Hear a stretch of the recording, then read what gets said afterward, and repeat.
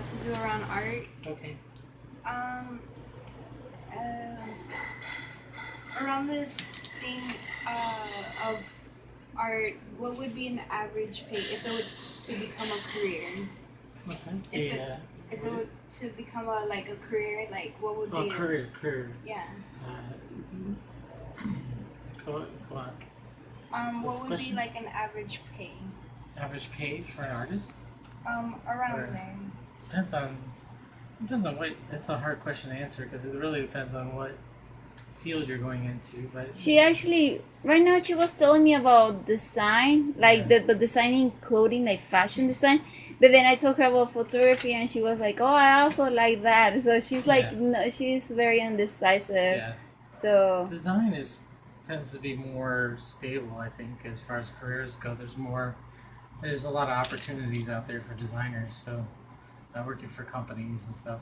Photography is very competitive. So is design too. They're all very competitive fields. So you will find a lot of competition out there. But there's jobs out there. I mean, and so they vary. It depends if you're working for a newspaper or something like that. It's going to be less pay, but that's a good way to get started. And then you can build it and go into like maybe a design work for advertising agency or something like that, where you're, and then the pay is pretty good.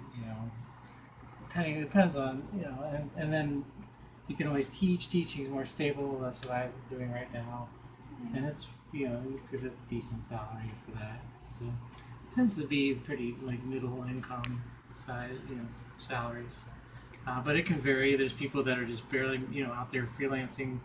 There's people that are barely making it, and then there's people that are doing really well, making a lot of money. So you can make a lot of money too.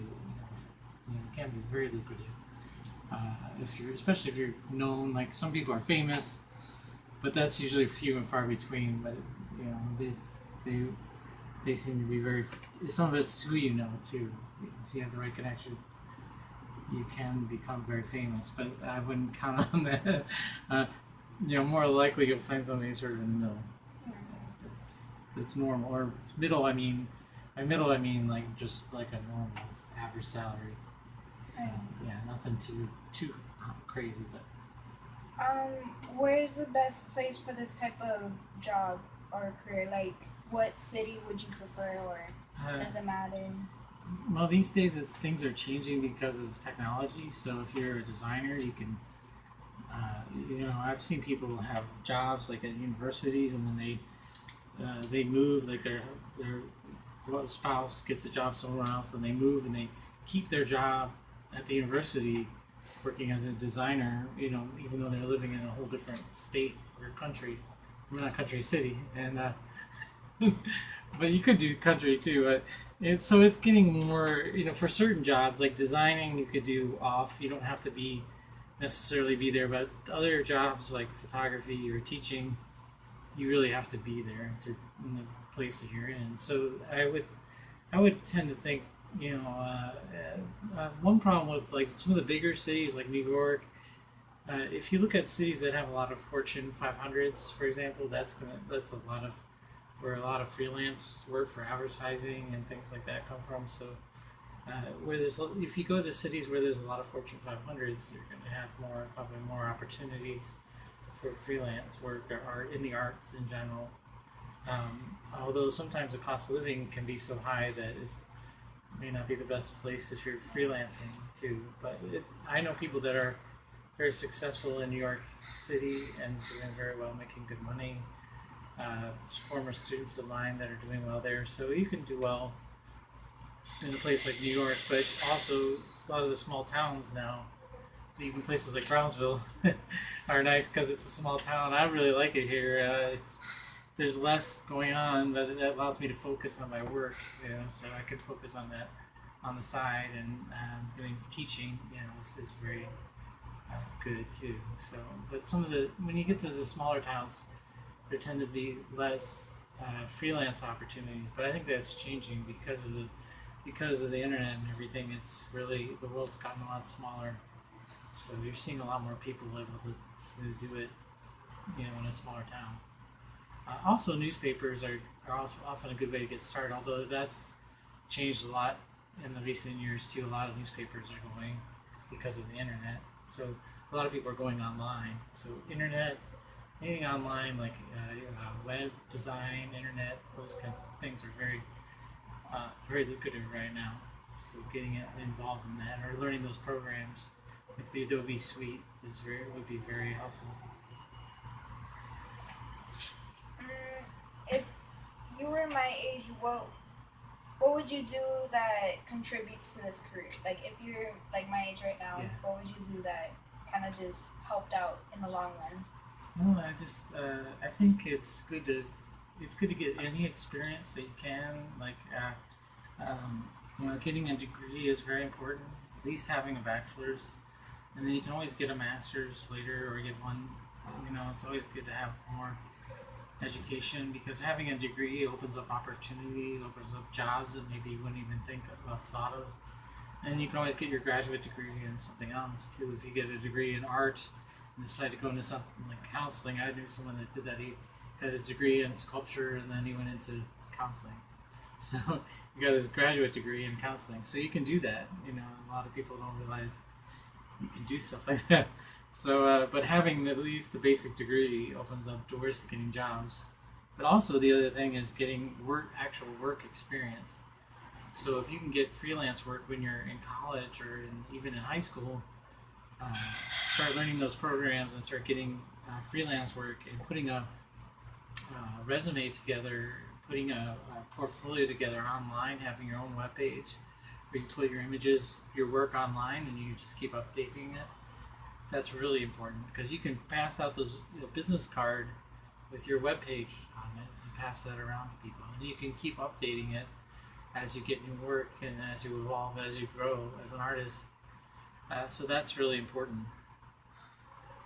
And when I was in high school, I was photo editor of the yearbook and also the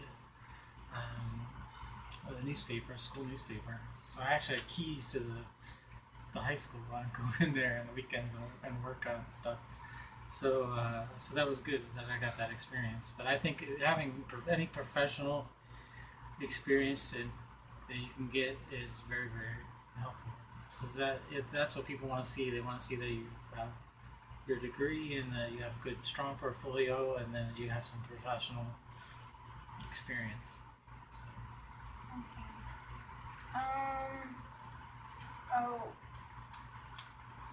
What scholarships are best to get? Like, if you're barely starting, what scholarship should I go for first? There's a lot of scholarships out there. We were just looking at that today. I sent out a link. There's a lot of scholarships out there, so I would do a lot of. Have you done any research on that, or? Not yet, but I've just been going around it. Definitely, if you're going to be in graduate school after college, that's a good place to look for funding. Because most of those people have like TAs and internships like that. But when you're in undergrad, there's a lot of scholarships out there. I just emailed out. It was like a Hispanic. What's it called? Hispanic. I can't even think of it right now. I have to look it up. But there's a source of funding for specifically Hispanic students. It has a lot of scholarships. So I can send you that link. Oh, okay, yeah. But there's a lot of scholarships out there. So I start Googling things and look at what's out there. Also ask professors and ask people in college, professors especially. There's sometimes the art school has a bunch of like little mini scholarships. Sometimes they're only like it may only be like $500 or $1,000, but that's a lot of money when you're in school. So every bit helps, adds up. All the books. Yeah, exactly. Yeah.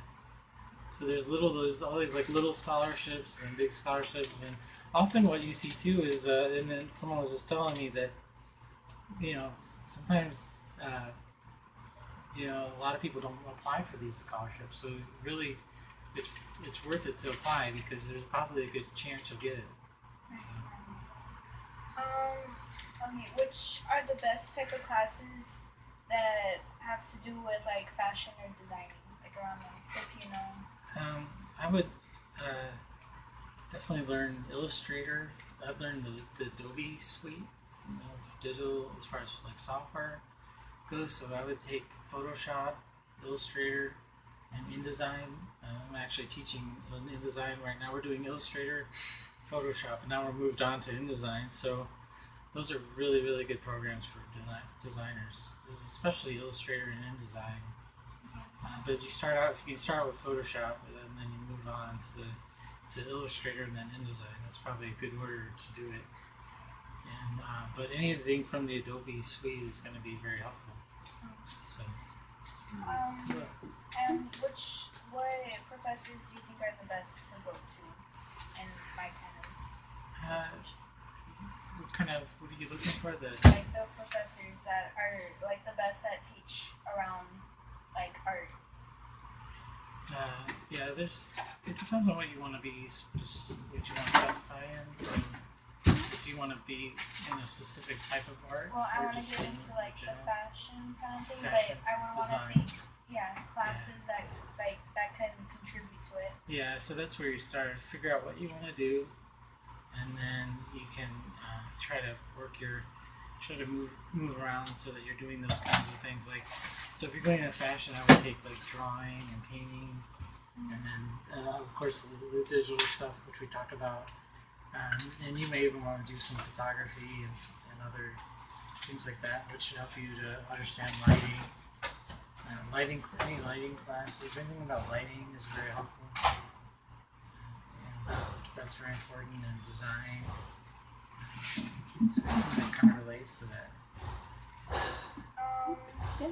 Last question. Which is like the best university to go to for what I'm doing? Like, which one is strong? There's a lot of good schools out there. There's a lot of top schools. They're going to be more expensive. Like some of the top design schools, like RISD is Rhode Island School of Design, is one of the top design schools in the country. It's also expensive, so if you can get a scholarship, that's all the better. So keep that in mind too. I would apply for them because you never know, you can get a scholarship. The California Institute of the Arts is where I went to school. It's very I want to go around California. yeah. There's a lot of good schools out in California. Look up art schools. Look up the top art schools out in the country. There's a bunch of good ones.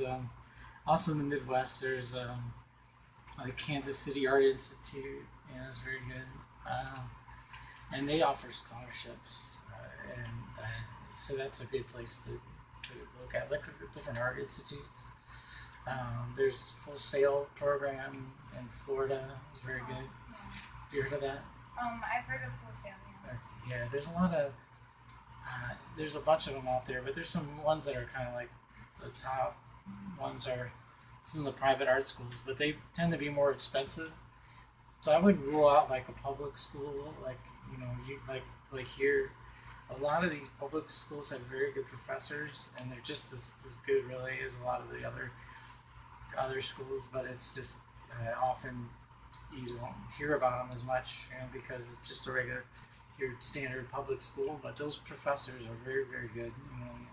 Those jobs are really not easy to get, so they have to be good to be there. So you can. And often the public schools you'll have greater access to the scholarships and funding. So I would apply to both, like public, like not public schools and like state colleges, and also private schools as well. Yeah. Well, thank you so much. I hope that's helpful. Yeah. Yeah.